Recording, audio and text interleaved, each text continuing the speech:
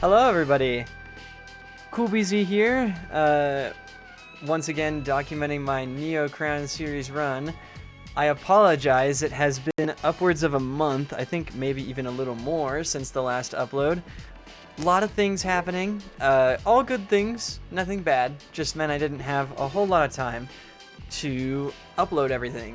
It was also good to keep this team under wraps until my run was over, so I decided to just sort of hold back and, count my spoons a little bit, make sure I had enough to come back to this when I was ready. I will say, unfortunately, this does mean a little bit of my keen eye that I had during these games might be a bit missing. I might be missing some of the reasoning behind some of my plays, but I didn't want to leave everybody hanging, even if it's not the best job, so I figured I would show you all the run regardless. Thank you all so much for sticking with me and hanging around while this was coming out. Hopefully you're excited to see the end of it, because I'm going to be uploading these in pretty quick succession to round us off. So, if I remember correctly, the version of the team I ran this week is down here. Yes, this version. So, this was back when I thought I was just going to be running this team these couple of weeks and then switching off later. So I named this team So Nice You Play It Twice. It's the same team from last week, so I'm not going to harp too long on everything, but I will talk about some of the changes made and some of the theory behind said changes. So, as with last week, I already talked to you about how this team works. It is a Bongus that has Careful Shot to make things walk up to the front. It has Drum with Flow to make it so that you can't block if you're at the front. And then it has Heat Up to get some damage and help us with damage output, which is something that the team kind of struggles with. All the attackers are self-ramping. A lot of them have no mind investment. This is because there is a support Platypus on the team as well. Once again, not a ramping based support beastie unless you give it tactical pass, which my team can't run. So this team has two very tanky supporting beasties and two attackers that ramp themselves while offering some unique utility in the form of Introduce on Masquery and Vampire on Lunaptra to heal and cycle attackers. The only thing that really changes between this version and the last version is that the Platypus... the Platypus has Mind Read instead of Smack. Smack kind of harmed my action economy a lot. I didn't really like clicking it very often, and a lot of my beasties have things like Drum or Net Rush that increase their damage, so I do not want to be angering myself for no reason, so I decided that the ramp was not worth it, that I was going to run Mind Read instead. This covers the mind weakness even more, because now Platypus can completely sit in, as opposed to only partially sit in, against full mind teams, and it can do it very, very, very well. I really like this change. Pretty standard. We don't have to go over it much more. At least in my opinion, I've seen Mind Read on Platypuses before, but if you think it's crazy, hey, thanks. I appreciate thinking it's crazy, but yeah, really just here so that the Platypus can be even tankier. It's going to come up in these matches. You're going to see it over and over again in mind-based matchups. Super nice to have. If you're not going to click the move very often, you might as well click it when it matters the most, right? So that's the theory behind that. The Voltoxin you're going to see here has Telekinesis, Sneak Attack, and Stinger, and is replacing the Fetch'em who was here from last week. Voltoxin to me felt really good because it was very bulky in all of its other stats, and it has access to Absorption, which gives it a mind-based multiplier, making it incredibly mind bulky too. This gives a backup to Platypus, as well as an attacker who's mind bulky, so that if our Platypus is down and we're in the mono-mind matchup, we don't instantly lose the game. And the ability to consistently keep this beastie in is very, very nice. Its defenses are pretty low in this version of the team, as it is full invested in Mind Attack, going for Sneak Attack as a better serve than Stinger in some cases. This will change with later versions, but I actually think I still like this version of the team. It's very much complete in the sense that Masquery, Bongus, Lunaptra, and Platypus will not change from this week onward, but this Voltoxin is going to consistently get new moves that I'm tinkering with, new spreads I'm trying out, so you'll see it slowly change and develop as we go along. All that being said, pretty standard, same team I've run before, gonna keep it brief, no reason to talk to you about it endlessly. At this point in the tournament, if I remember time-wise, we are currently 1-5, the lowest standing in the tournament. The rules haven't changed yet, which I will bring up when they actually do change in the next week. So currently, I am sitting at 5 losses and 1 win. My opponents this week were Ence, who I believe was... I don't actually remember my opponent's scores that well. I don't even remember BobbyBear's score. And I also don't remember anyone's like exacts until I think the last match that I play here. So I won't go over that. My bad for even trying to bring it up. These are done in one take. I'm sorry. My opponent is BobbyBear, though, in this first matchup, and my opponent after this is Ence. So BobbyBear was in playoffs contention very comfortably at the point of this match. He was sitting at a very, very good record, and I remember this fondly because he's my friend, and also I was really scared. Because he's my friend, he actually knew what team I was bringing, so he's one of the only people who could safely counter-team me. And he does attempt a counter-team here, and it's a very, very interesting one in my opinion. There is a lot of, I guess, dedication to the strategy itself with only light counter-teaming going on. And I would actually argue it was a pretty even matchup, but a lot of my opponents would argue that the Platy Pulse makes them feel like it is a horrifically lopsided matchup. So apologies to all of my opponents for that reason, but I think this matchup is decently even. We'll get into the games and I'll show you. Versus Rival is currently playing. This is notable because I played Versus Rival for this match because BobbyBear is, again, my friend and is in the bracket with me, so I figured it would be fun. Let's put on some Rival music, you know? Yay!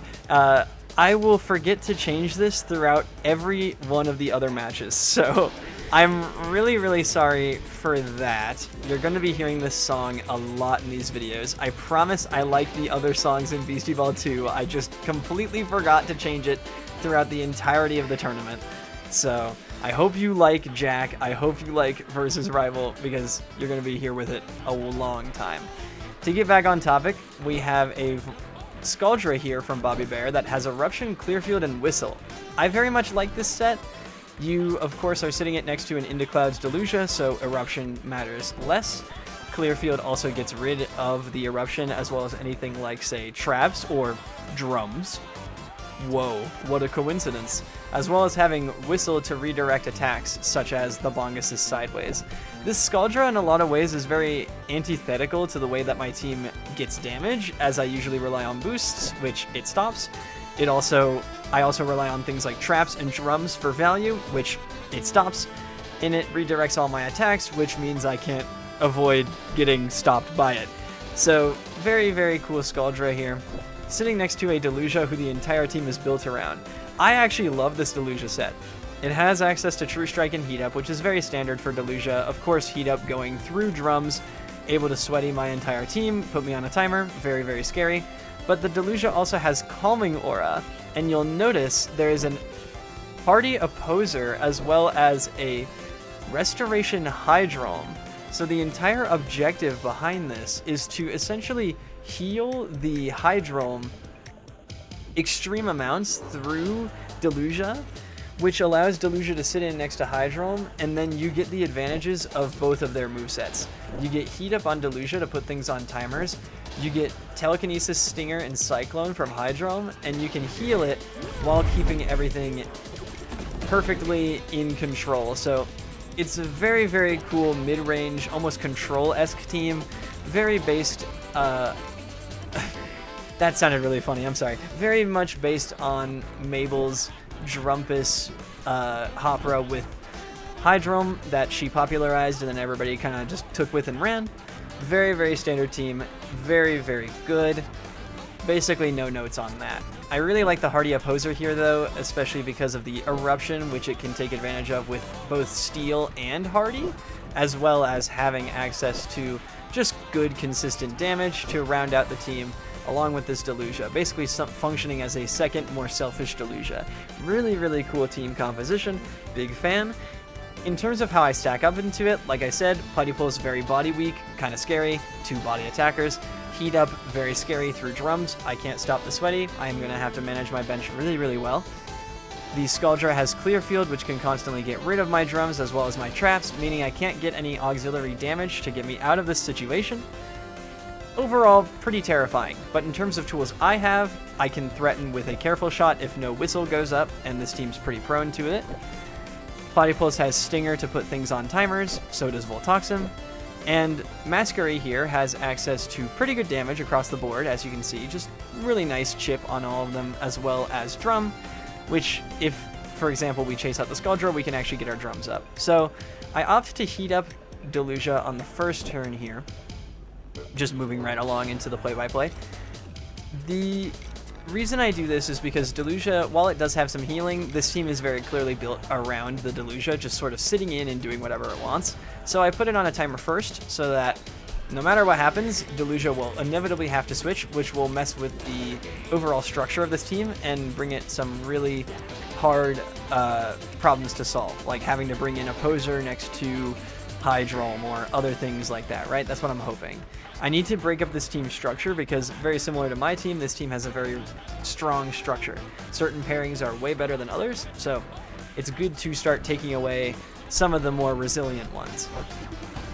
I set up this drum in net rush so I can guarantee a block. The board state is fairly passive in this stage, so I'm completely fine going for this careful shot, testing the waters, seeing if BobbyBear will maybe walk up and catch the ball, or if he's just going to let me have the point. He opts to double heat up me and let me have the point, which I think is pretty good and definitely not bad. It's a thing I learned from him, funny enough. So he's pretty good at doing that, where just making you take the sideways point and getting a ton more value out of it. But I will say that the decision made here is pretty tough. Scaldra has Noisy, so I go ahead and spike the Delusia to get really good damage on it and potentially wipe it through the sweaty, right, that I already applied to it. Scaldra is sitting at 40 health after the turn before this, meaning that in actuality, Scaldra does not survive the spike that comes in from the Lunaptra.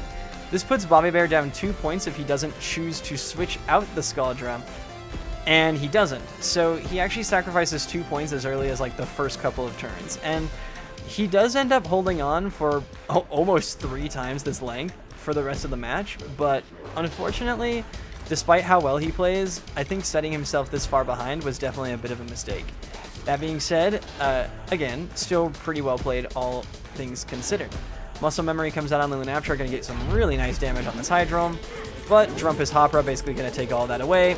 Anyone who's ever played against this team knows this situation well. I cannot heat up, although I kind of just do it to make sure that, for example, a Stinger doesn't come out to wipe me. Just making sure that the Hopra kind of throws in its subpar damage, keeping BobbyBear honest. I would be able to nail a heat up, for example, if he opted for more damage from the Hydrome. This also allows me to fire a second careful shot, which guarantees that he must walk up to not lose the game instantly. And I could have taken advantage of that through trying to get some damage, but I'm fine with this. Bongus wipes, so easily bring in my second support, and because I hit the Hopra, I'm able to guarantee that that Hydrome goes into my Platypus, gives it a clean switch in while Lunaptra sits here pretty low.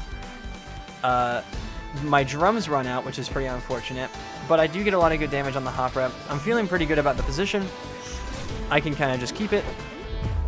And I can bring in the Masquerie to bring the drums back up. So this is really smart from me. I can ramp my Masquerie in terms of damage while also getting my drums back up and guaranteeing I don't fall too far behind in this board state. Just holding my pressure, holding my advantage. Thump comes through and I actually bring in Lunaptra because I feel like I know that Thump is coming. Nobody would want the Platypus to stay in for as long as it possibly could. Opposer here goes for the stack, and I really do like this play in the sense that the Stomp was knocking it out, if I recall. Yes, the Stomp was knocking out the Opposer if it didn't block, so I do like this play from the perspective of stacking to guarantee the beastie you want to get hit gets hit. Although I think a better play would have been to Cyclone out my Masquerie, because then I lose the +1, then I lose the other +1, and I get sent to the back row. I have a low health Lunaptra. Platypus comes in, I think, if I remember how Cyclone works, and that's horrible in the front row. Very much easy to take advantage of me here. But instead, BobbyBear opts to walk to the side. I still think this is a good play.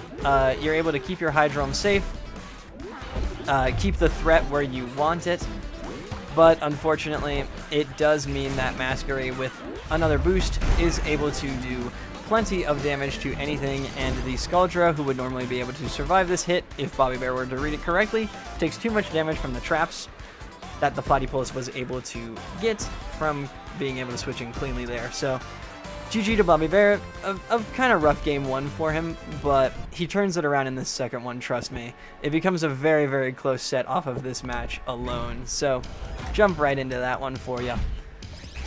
I start off with a muscle memory, but a Cyclone comes out, and this is really smart development from BobbyBear. Oh my goodness, look at this timer. This is a long one, strap in. But yeah, the Cyclone comes out and it switches out my Bongus. This is really good. Hopefully I'm not talking too fast, by the way. It just like clicked how quickly I'm going through this. Cyclone comes through and it switches in my Masquerade. Bongus has Heat Up, so I can no longer get that on the Hydrome because I got Cycloned out. My Masquerade is now in the support slot, which is really bad for me. And my Lunaptra, who's typically my attacker to sit next to one of my supporting beasties, is now left in with an attacker. And this is already really rough for me. It clicks at about this point in the match that I'm realizing, wow, Cyclone really screws my team up, like, bad. And BobbyBear uses it to really good effect here and is able to fire a thump at my Masquerade. So 46 damage. I go ahead and bring in Voltoxin, who is the most versatile of my team members, can basically come into any situation. Notably, its name is Bear Toxin, after BobbyBear. BobbyBear, if you didn't know, one of his favorite beasties is Voltoxin, so I named this one as a tribute to him, and here it comes to cause him a lot of problems, so sorry for that. Notably, the Stinger hits the Skuldra. This is really good, as now Skuldra, one of the most problematic beasties for me in this matchup, is put on a timer, and that means that I can safely mess around a lot more within the constraints of this game and feel a lot more comfortable. Unfortunately, while this thump isn't knocking anything out, it's still doing a lot of damage. A whistle can come in, and because my damage is mostly from ramping, I can't really do much about it. But instead, a provoke comes out to stop me from ramping in a different way, while also stopping me from blocking, and I have to walk back to catch the hit. So, pretty well played. Stomp comes through, and I can get some decent damage, but if a whistle comes through, I'm really screwed, and that block really hurting me here. You can see Opposer with Hardy and Drums just so tanky, with Clearfield as well, able to remove my Drums and give a whistle to Skuldra, who's okay wiping here. I opt to set up the Drums because I figure I'll just get some damage. Like, I don't get much damage against that Skuldra anyway if it stays in, so I just choose to set up the Drums, make it easier for any more of my beasties who want to come in after I choose to either sack this point or keep this Voltoxin around. So Rousing Strike comes through, I opt to switch. Lunaptra is now unblockable, very nice, thank you Flo. Spike comes through, and you see it already comes in handy there, but the Opposer lives at 5. And this is a recurring theme throughout most of this game. This Opposer is like the antithetical evil villain to my Lunaptra, like the evil dark mirror. It's doing the same thing as my Lunaptra, but it's just living by tanking hits instead of doing damage.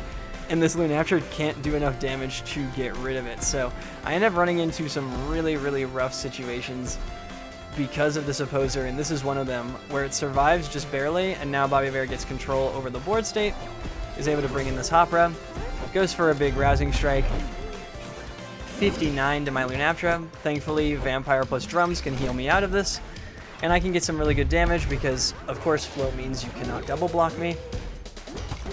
Provoke comes through, but I think my Lunaptra survives despite that if I stack, which is exactly what I choose to do because of the Provoke. Just risking it all, completely okay doing so because it is 0-0, but the Opposer lives at 4 despite my really good play, so I'm able to attack with my Lunaptra again. My drums have unfortunately gone down, and now I'm in a really bad rotation where, because my Vongus is provoked, my drums are down and I'm stacked. I have to risk it here, where I can't get this wrong or else I just drop a point.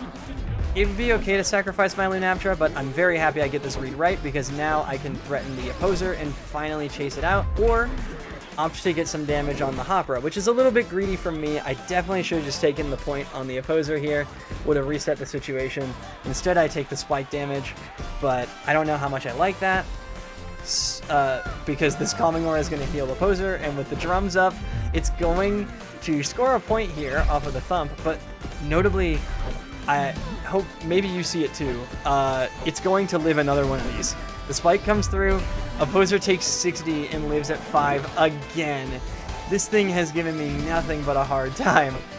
The block comes through, and I do it on the wrong beastie, so really good chip damage from BobbyBear, recognizing I'm scared of the opposer at this point. Who wouldn't be? Muscle Memory comes through, hits 39 damage on the Delusia. We're going to see a Stinger from the Hydrome, but because the drums went down this turn, I'm able to nail it with a heat up. Super crucial. This Careful Shot comes through. BobbyBear catches it. Well played. Volley comes through.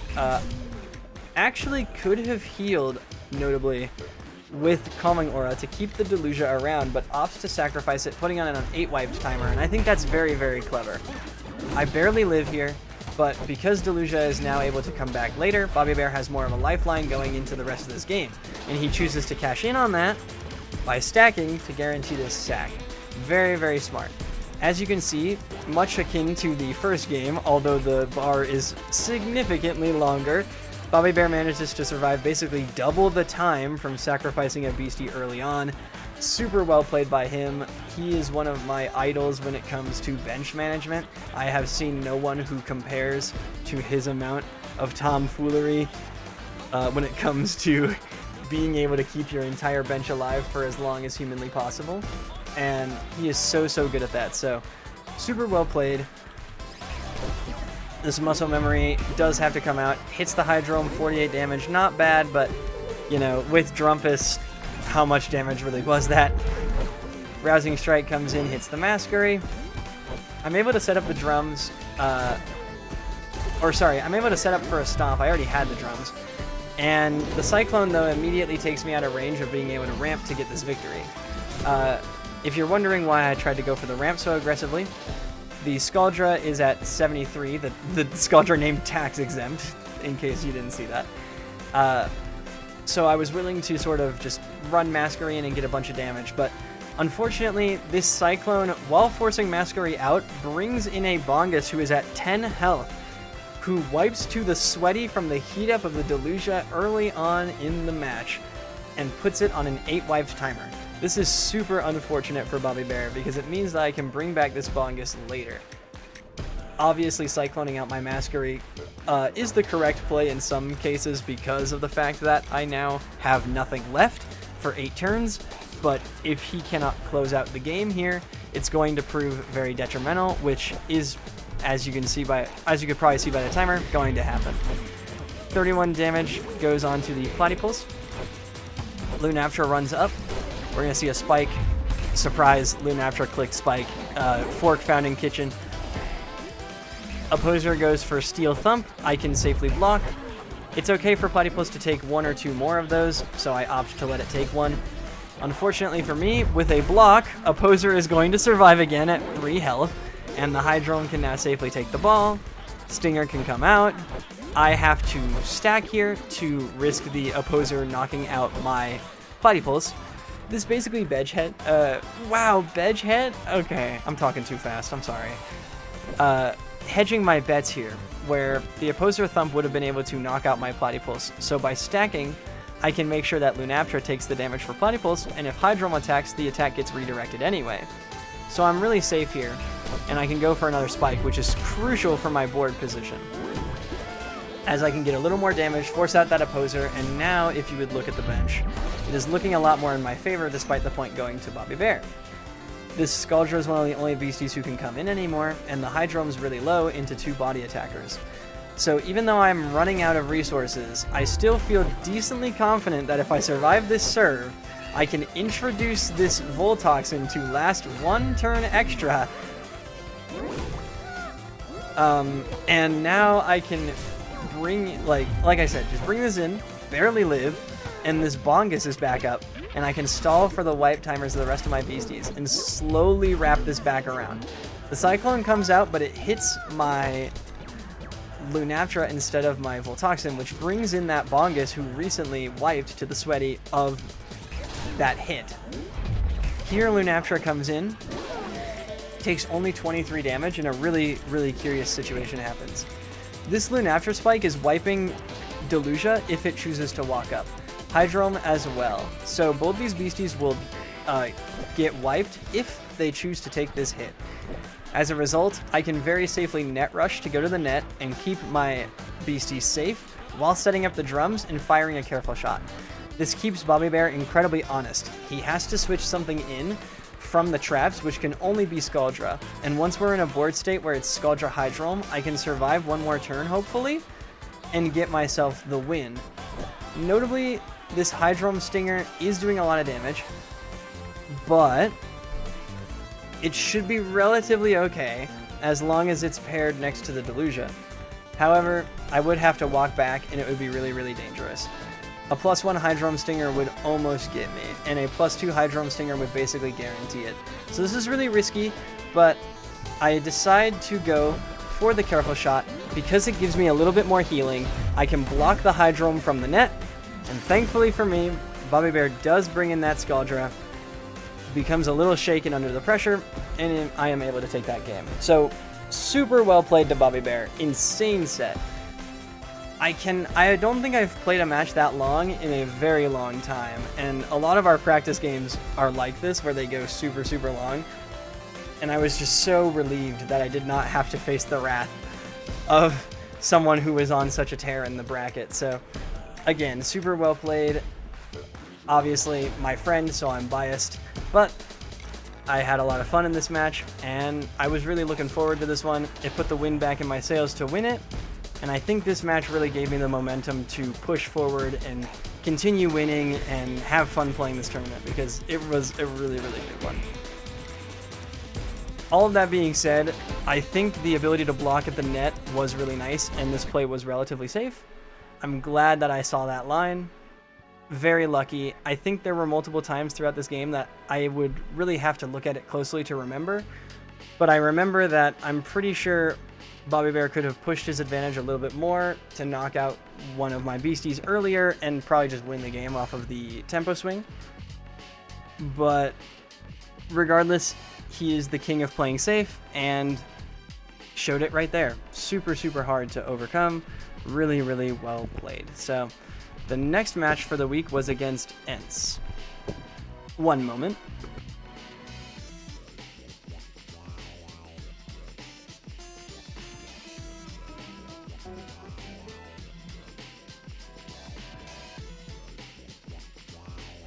Sorry, I was getting a drink of water. I forgot how long-winded these videos can be because I'm sitting here alone.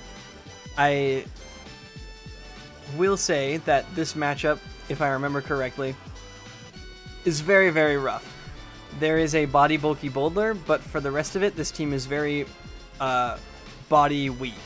And this Platypulse as well doesn't really have much it can cover against Double Stinger. It does have a few moves it can redirect, but it's more of a liability to be here.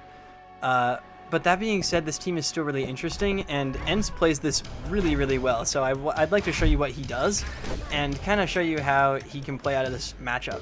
Because even though it's really, really rough, and you're going to see how rough it is in this first game, in the second game, Ence really picks up the pace, and some of those changes really throw me off.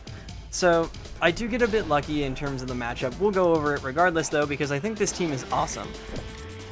He's running a Sneak Attack Perfect Shot Wall Armantis, fairly standard for this patch, pretty normal metagame development. This is a really good set. Played a lot. You can wall to mitigate a ton of damage from your opponent, and then Perfect Shot for a ton of damage. You can see how much that is doing from the back row to all my beasties unboosted. Imagine front row and boosted. Terrifying beastie. Sneak attack as well, just to get you to the net on serve. Super, super strong. Stomp, provoke, feint, boulder with decoy, also pretty standard. I think it's really, really good. Super nice support. It is able to angry itself to guarantee that it can consistently win provoke wars and feint wars, while also being able to redirect all statuses that would normally bother our Mantis and its perfect shot, which is doing a ton of damage. This team, though, if you ask me, it's less about Boulder Armantis and more about this Minefield Tactical Pass D-set Bandycraft next to a Plucky Goofster. If you've never seen this interaction before, Plucky Goofster cannot be affected by feelings, except for blocked, which means that it can go for these max power zigzags with Bandycraft clicking Demanding Set. And Demanding Set typically has this downside of making you feel stressed, which will instantly make you tired after the turn, and put your beastie to sleep, which is really bad. But because of the way that this plays, the Goofster can actually completely ignore these status effects. Ooh, there's some crazy thunder going on outside, sorry. Hopefully that doesn't pick up. And Goofster can actually get the dual volley in a base 100 zigzag with like +3 at the net, and it doesn't even have a downside. There's no downside. You can repeatedly Demanding Set to ramp it again and again and again. It is so scary. And because this Goofster can't feel angry, you can safely Stinky as well. And because you have an extra move slot, you can run Slice, which then makes you walk up for it. Really, really, really terrifying combination. Super, super strong. Platypus, very standard, kind of rocking as a second support next to this Bandycraft and Boulder, so I guess third support. It has Echo Strike, Tactical Pass, and Lay Trap. Very standard, similar to what we're running over here. Lay Trap, kind of the de facto Platypus move to make it worth running as a support, minus the obvious redirection perks. So you're going to see here, though, that this team is very, very weak to this muscle memory. Everything is taking 40+, except for this Boulder, who I don't have to target if it's on the field. So it's really hard to get out of this, and ence chooses to aggressively walk up with this Armantis, but that is 70 damage clean. Super, super rough for it. I'm able to bring in the Platypus. Notably, Platypus takes 39 from this hit, and you're gonna see, this is not a one-time occurrence. This zigzag from Goofster almost does half my Platypus's health. This is 225 Mind Defense. Imagine being any other beastie in the game. You're not living most of the hits on this team. Super cool team composition. Unfortunately, Platypus is a really good check to it, so I have an advantage going into the matchup. Lunaptra can run up and spike. This Armantis can wall, but as you can see, the damage calculation on that is 44, and I'm going to use that to my advantage more and more throughout this set, now that I've kind of seen that firsthand. 55 damage to the Goofster. Oh, incredibly rough. 39 damage to this Platypus again, though. Almost chased it out at this point, which is pretty well played for a team that is so mind attack heavy. It's only been 2 turns, and this Platypus already has to switch unless I want to sacrifice it. So I do switch it, and the reason I opt to switch it here is because I can bring it in later now to sacrifice it and guarantee I can get it back on a 4 wiped timer as opposed to an 8 wipe timer or at an unfortunate timing. So it's pretty good to just let my Masquery go here, especially since I had Stinky on the Masquery from the Goofster. Very, very safe to just switch. Switch in another attacker, run double attacker even though it's not optimal for me, and just push my advantage. Provoke comes out, and Volley with Captain can make it so that this Boulder safely pressures me, but its damage just barely not high enough. Introduce can go on my Voltoxin, and I can Stomp here to force either a stack or a point, or like an Armantis switch, but that's really not good. Minefield comes through, and I fire another Stomp. Ence chooses to switch in the Platypus here, doesn't want to wipe. Notably, that Stomp would have wiped either beastie who ran into it. I actually think wiping would have been a little bit better, just because you would guarantee one of your beasties comes back later on in the match. Without it, now both of your beasties are pretty low. I can safely Stomp the only healthy ones you have left. 49 damage on the serve to this Platypus. Groove really showing why it's strong there.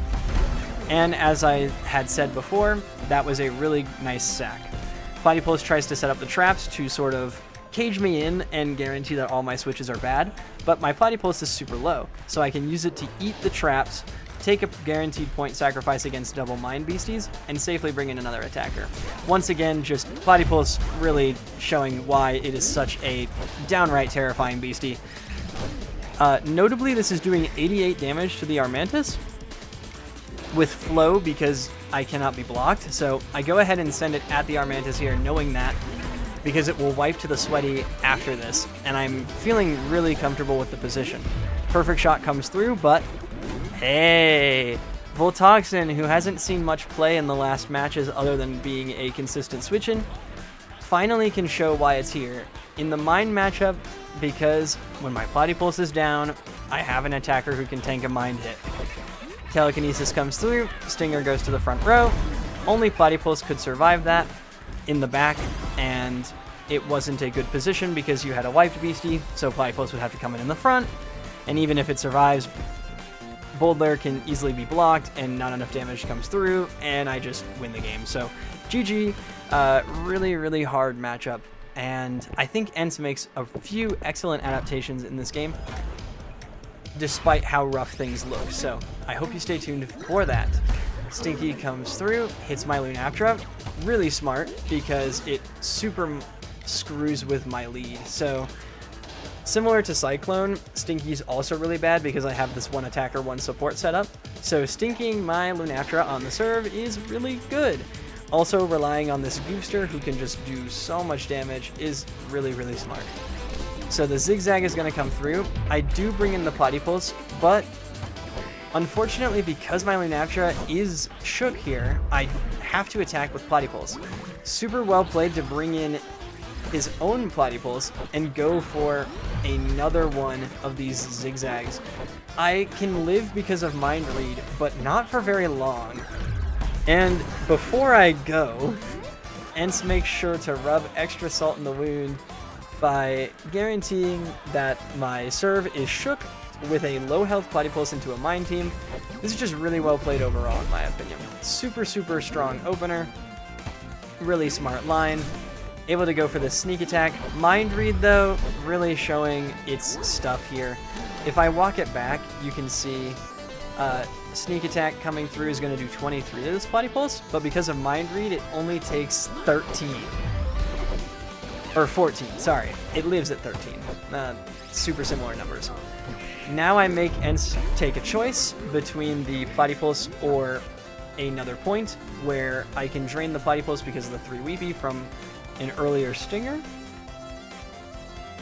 and Armantis would be taking 88 from this hit, but ence does wall me and block for the Armantis, which I think is much smarter. You can get 4 traps up this way. Platypus isn't super useful in this matchup, so again, really, really good.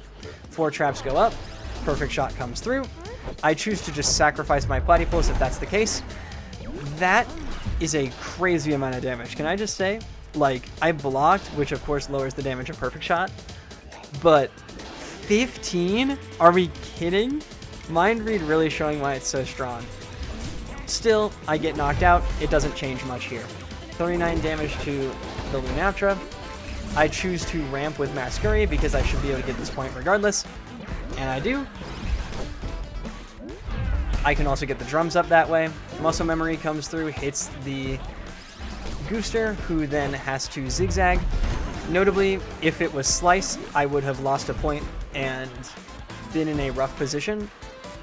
So I opt to sacrifice my Lunaptra so I can bring it back later, especially since it's been such a huge help in this matchup.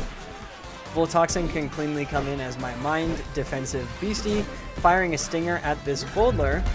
And the reason I do it at the Boldler and not the Gooster here is because if Bandycraft was to come in next to this Gooster, the turn is pretty poor, but it also stops the Boldler from ramping if that's the play that ence goes for.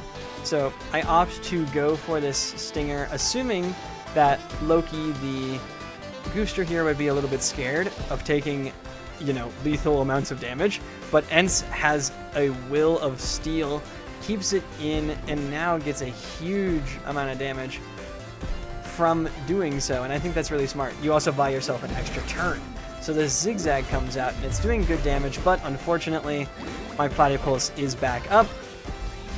I can safely volley and just go for the stinger. Now I really force this Goofster out. Boulder is still weepy, so Bandycraft would have been bad there. Stomp comes through, minimal damage to my Lunaptra because of Vampire and everything. You've seen it all before. Spike comes through. Ence here could have switched in the Bandycraft and gone for a tactical pass, perfect shot or something, but the Platypus was so tanky. I don't think with Mind Read that it would have mattered, so he opts to try and keep the Boulder alive because that would be the most beneficial. And unfortunately, Boulder cannot survive the hit, and it goes down. Super well played. I do think that matchup was incredibly unfortunate. It is basically everything this team didn't want to see. It was running a team that, you know, has a Platypus that wants to block mine hits. It's running all these beasties who are decent into spirit hits, like naturally kind of spirit bulky. Not like a lot, but enough. And then it uses this Goofster who has a bunch of mind attacks. And I have a fully mind-invested Mind Read Platypus with a body attacking team. It is honestly kind of absurd how ridiculous this matchup was in terms of just sheer unluckiness, but despite that, Ence plays incredibly well, and massive respect to him for it. Keeps it incredibly close, 2-3. Really strong plays. I think there's a lot you can take note of from these games, so GG, well played, as I already said, I'm sure. And thank you very much to both of my opponents. At the end of this week, this safely put me at 3-5, which is pretty cool. I started to go up the ranks, not too much, just a little bit. And what's funny is after this week, there's a message that comes through in the chat, and it says that CoolBZ has a chance to make the playoffs if he wins both of his next games and all of his other opponents have something strange occur. Like they all lose a certain amount of times, or they all lose against each other, or they all get in a tiebreaker, or whatever. So I get this really insane message after I'm done with these matches where they're saying, hey, despite the fact that you went 0-5 early on in the season, you still have a chance to make it all the way to the end. And I am fired up. I read this message, I go, I don't care how crazy it is. Here's how I can still win. I'm gonna do my absolute best to win these matches and get through this bracket. The indomitable beastie spirit. This team is playing incredibly well. It is currently 3-1 in terms of the matchups I have played. So I decide, great, let's keep it going. Let's see how many more matches we can win. I'm gonna keep this team a secret by not uploading any more of my matches until the end of the run. And we're gonna rock out. So super excited after this point. I finally started winning. I feel like I've hit my stride. This team summarizes a lot of my thoughts and feelings about the metagame in this patch, and I feel like I finally hit my stride. So even though one of the matchups was pretty favored for me, the other matchups did feel like they were incredibly rough, and this team still pulled through. So I'm feeling very confident about its performance in the future, and I stick with it for the rest of the tournament. And speaking of sticking with things, thank you so much for sticking with me, especially through that, and watching this video. Much appreciated. If you've been watching the rest of the series, I'm so sorry it's taken this long. Thank you so much for your patience and your waiting. I am really excited to show you the rest of the games of the season. And yeah, that's it from me. One more pose for the camera, everybody. Yay! All right, have a good day.